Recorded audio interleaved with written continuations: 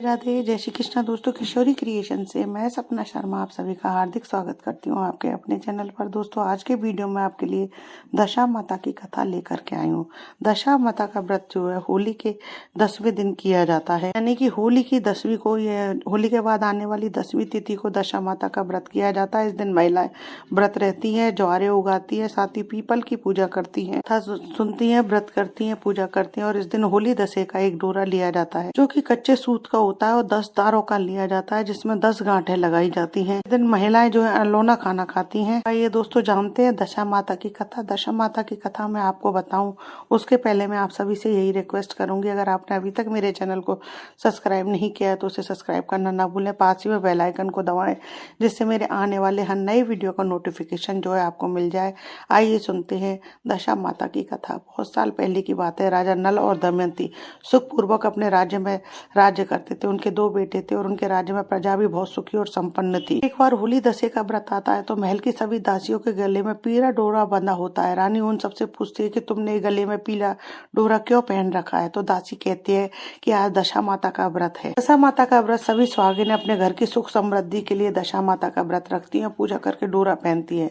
तो रानी कहती है कि मैं भी दशा माता का व्रत रखूंगी। उन्होंने भी डोरा मंगाकर पूजा करके डोरा पहन लिया। अब शाम को जब राजा जी ने रानी जी के गले में डोरा बंधा देखा तो राजा ने उससे पूछा, रानी ने उसके पास, रानी के आपके पास तो इतने सोने के गहने हैं, फिर आपने ये डोरा क्यों पहन रखा है। और इसी के साथ राजा ने रानी के गले से डोरा खींचकर चूल्हे में फेंक दिया।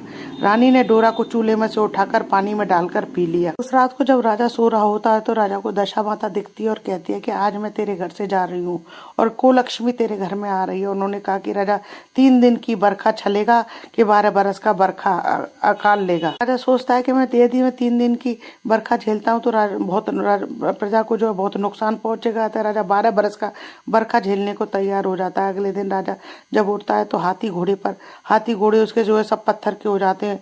नरवरगढ़ महल के 3 कंगूरे भी झुक जाते हैं। समझ जाता है कि उसका बरखा शुरू हो गया है। राजा और रानी अपने बच्चों के साथ निकल पड़ते हैं। वे थोड़ा आगे बढ़ते हैं तो बंजारों की बस्ती मिलती है। राजा बंजारों के मुखियों को अपने दोनों बेटों को सौंप देता है। उनसे कहता है कि जब हम 12 वर्ष बाद वापस आएंगे तब हम अपने बच्चे वापस ले लेंगे।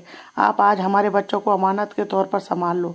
बंजारों का मुखिया तैयार हो जाता है क्योंकि उसके कोई औलाद नहीं होती है। राजा रानी आगे चलते हैं तो रास्ते में धूप लगने पर जब वे हरी घास पर चलते हो तो हरी घास सूख जाती है। आगे तालाब पर पानी पीने के लिए जाते हैं तो तालाब सूख जाता है। थोड़ा और आगे बढ़ते हैं तो राजा के दोस्त का गांव आता है। राजा रानी उनके यहाँ पर जाते हैं। राजा अपने दोस्त के घर पहुंच जाता है तो दोस्त के घर में राजा रानी का खूब आदर सत्कार होता है। फिर रात को जब वे सोते हैं तो जिस कमरे में राजा रानी सो रहे होते उसी कमरे में एक मोर की आकृति बनी हुई थी और वहीं खूंटी पर दोस्त की पत्नी का नवलखा हार लटक रहा था। रानी को जो है रात को नींद नहीं आती है। रानी दीवार पर बनी मोरनी, दीवार पर देखती है कि दीवार पर मोरनी बनी हुई है जो वो रानी का हार निकल जाती है। रानी उसी समय राजा को बताती है और वे दोनों उसी समय दोस्त का घर छोड़कर निकल जाते हैं। सुबह दोस्त की पत्नी जब देखती है तो उसका हार वहां नहीं है तो वे अपने पति से कहती है कि तुम्हारे दोस्त कैसे हैं, मेरा हार ही चोरी करके भाग गए। तो दोस्त अपनी पत्नी को समझाता है कि मेरा दोस्त जो है ऐसा नहीं कर सकता। राजा रानी दोनों जने जो है आगे बढ़ते हैं। उन्हें भूख लगती है तो राजा नदी में मछलियां पकड़कर रानी से कहता है कि रानी आप इन्हें भून दो, मैं गांव में से परोसा लेकर आता हूँ। वहाँ के सेठ क्या भोज होता है जिससे सारे गांव का खाना होता है। राजा गांव में गया और परोसा लेकर आ रहा था तो चील झपट्टा मारकर उसके भोजन को ले जाती है। उधर रानी मछलियां भूनने लगती है तो सभी मछलियां जीवित होकर पुनः नदी में चली जाती है। सोचते कि राजा सोचेंगे रानी ने सारी मछलियां खुद ही खा ली। उधर राजा भी सोचते है कि रानी सोचेगी कि सारा खाना राजा ने अकेले ही खा लिया। दोनों चुपचाप आकर पानी पीकर आगे बढ़ते हैं। आगे चलते चलते दोनों हलवाई की दुकान पर पहुंचते हैं। वह हलवाई से कहते कि हमें खाने के बदले नौकर रख लो। हलवाई राजी हो गया। राजा बर्तन मांज कर रखते थे और रानी उन्हें धोकर जैसे ही पैड़ी पर रखती वैसे ही पैड़ी बर्तन को निकल लेती। रानी राजा से कहते कि हम यहाँ से भी चले, हमारे दिन खराब है। तो पैड़ी भी बर्तन निकल रही है और राजा चोरी का इल्जाम हम पर आ जाएगा। राजा रानी जो है वहां से आगे बढ़ते हैं तो राजा की बहन के गांव पहुंचते। कुएं पर दासियां पानी भर रही होती है। राजा उनको देखकर उनसे कहता है कि तुम्हारी रानी जी से जाकर कहना कि आपके भाई आए हैं। दासी छोरियां जाकर रानी जी से कहती हैं। रानी जी पूछती है कि उनकी दशा कैसी है। छोरियां कहती है कि आपके भाई भावज के कपड़े फटे हुए हैं, दुशाला पाग भी फटी हुई है, उनके पैरों में कांटे लगे हुए हैं। तो बहन उन्हें अपने महल में ना बुलाकर वहीं पर उनके लिए खाना भेज देती है। राजा रानी उस खाने को को वहीं पर उगाड़ कर देखते हैं तो बस कांदे और रोटी में बदल जाता है। राजा रानी उसे वहीं पर गाड़ कर आगे बढ़ते हैं। अपने बकवे के सारे दिन इसी गांव में बिताते हैं। तो रानी तो राजा के महल में काम करती है और राजा घोड़े की ठानी यानी अस्तबल में काम करने लगा। वे लोग एक माली के घर में रहते थे। माली जो रोज जो है वहाँ के राजा के लिए माला गूंथता, तो रानी सुंदर सी माला गूंथ कर माली को देती थी। जैसे रानी के पिताजी माली की बहुत तारीफ करते थे और उन्हें अपनी बेटी की रोज याद आती थी। अपनी बेटी दमयंती के बारे में सोचते कि मेरी बेटी दमयंती भी जो है बहुत ही सुंदर माला बनाती थी। इस तरह से उनके 12 वर्ष पूरे होने लगे। इस बार होली दशा का व्रत आया, तब सब दासियां छुट्टी पर चली गई। उस दिन राजमाता जब नहाने लगी तो शरीर का मैल निकालने के लिए उन्होंने दासियों को आवाज दी, तो पता चला कि आज सारी दासियां जो है छुट्टी पर हैं। बस एक ही दासी आई थी, वो भी उसी को बुलाकर अपनी पीठ को मैल निकलवाती है। तो उसके बाद वे उससे पूछते कि आज तूने व्रत नहीं रखा, ले तू भी स्नान कर ले, मैं तेरी पीठ रगड़ देती हूँ।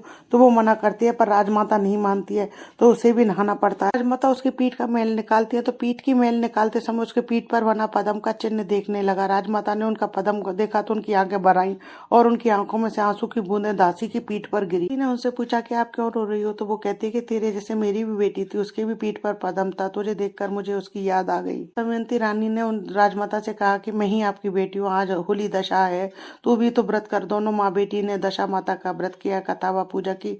दशा माता जो है खुश हो गई। माता ने रानी से जमाई राजा के बारे में पूछा, तो रानी ने कहा कि वे इसी गांव के घोड़े में यानी अस्तबल में काम कर रहे हैं। राजमाता ने उनको भी बुलाकर उनको स्नान कराया, उन्हें नए वस्त्र पहनाए और उनकी खूब आप भगत की। उस रात वे दोनों ही महल में सोए थे। तो रात को राजा के स्वप्न में पुनः दशा माता आई और उन्होंने राजा से पुनः अपने कलंक मिटाने और घर जाकर राजपाट संभालने को कहा। तो उठते राजा रानी वहां से उन्होंने विदा ले ली। उनके पिताजी ने खूब सारा धन, हाथी घोड़े, लाभ लश्कर सामान देकर विदा किया। रास्ते में राजा रानी उसी रास्ते से आगे बढ़े। तेल की धानी में से उल्टी चलाने पर तेल उगल दिए। बढ़ते तो बहन का ससुराल आया, तो बहन के यहाँ संदेशा भिजवाया और नगर न्योता जिम्बाया। बहन ने संदेशा मिलते ही पूछा कि मेरा भाई कैसी दशा में आया। तो दासियां बताती है कि खूब लाभ लश्कर के साथ आया। भी ढोली के साथ गाने वालियों को लेकर हीरे मोती के थाल ज्वारी करने के लिए आती है। तो राजा भी बहन को चूनर उड़ाता है। तब रानी दमयंती जमीन खोदकर कांदा रोटी निकालती है, तो वे सोने के हो जाते हैं। तो रानी अपनी ननद को दे देती है। अब वे आगे हलवाई की दुकान पर जाते हैं। हलवाई के यहाँ वो फिर से बर्तन मांजती है, तो पेड़ियों में बर्तन उगलती हैं। जो वो हलवाई को देकर आगे बढ़ते हैं। रास्ते में वापस उसी जगह आते हैं जहाँ से रानी ने मछलियों को भूना था और राजा के हाथ से चील झपट्टा मारकर खाना ले गई। राजा जो रानी को बताते हैं कि तुमने सोचा होगा कि मैंने अकेले खाना खा लिया, चील झपट्टा मार करके खाना ले गई थी।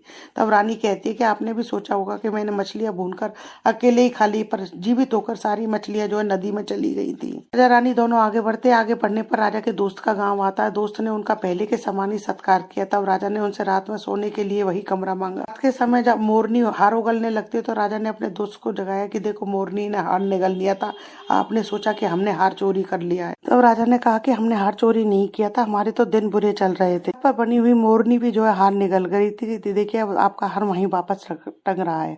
दूसरे दिन वे प्रातः उठकर आगे बढ़े, तो पुनः उस तालाब में पहुंचे जहाँ पर पानी से भर गया। सूखी धूप पर चले तो हरी हो गई। आगे बंजारों की बस्ती में पहुंचे, अपने पुत्रों को मांग। बंजारों का सरदार जो है उन्हें उनके पुत्र देने से मना कर देता है। पंचायत बुलाते। पंचों ने कहा कि रानी और बंजारन दोनों को टाट की कांचली पहनाई जाए और दोनों लड़कों को सामने खड़ा कर दिया जाए। सगी माती उसके स्तन से दूध की धार निकलकर लड़कों के मुख में जा गिरी। दोनों लड़के पंचों ने राजा रानी को सौंप दिए। आगे बढ़ने पर राजा रानी जो नरबरगढ़ पहुंचे, तो वहाँ सब 5 के जानवर सजीव हो गए। तीनों कंगूरे जो कि टेढ़े हो गए थे, वे भी सीधे होने लगे। तो रानी ने कहा कि एक कंगूरा टेढ़ा रहने दो ताकि लोगों को सबक मिले। सभी लोग जो है होली दशे की पूजा करें, तो इस कारण जो है आज भी नरबरगढ़ में एक कंगूरा जो है टेढ़ा है। दशा माता जैसी राजा रानी को पहले टूटी वैसे किसी को मत टूटना, बाद में टूटी वैसी सबको टूटना।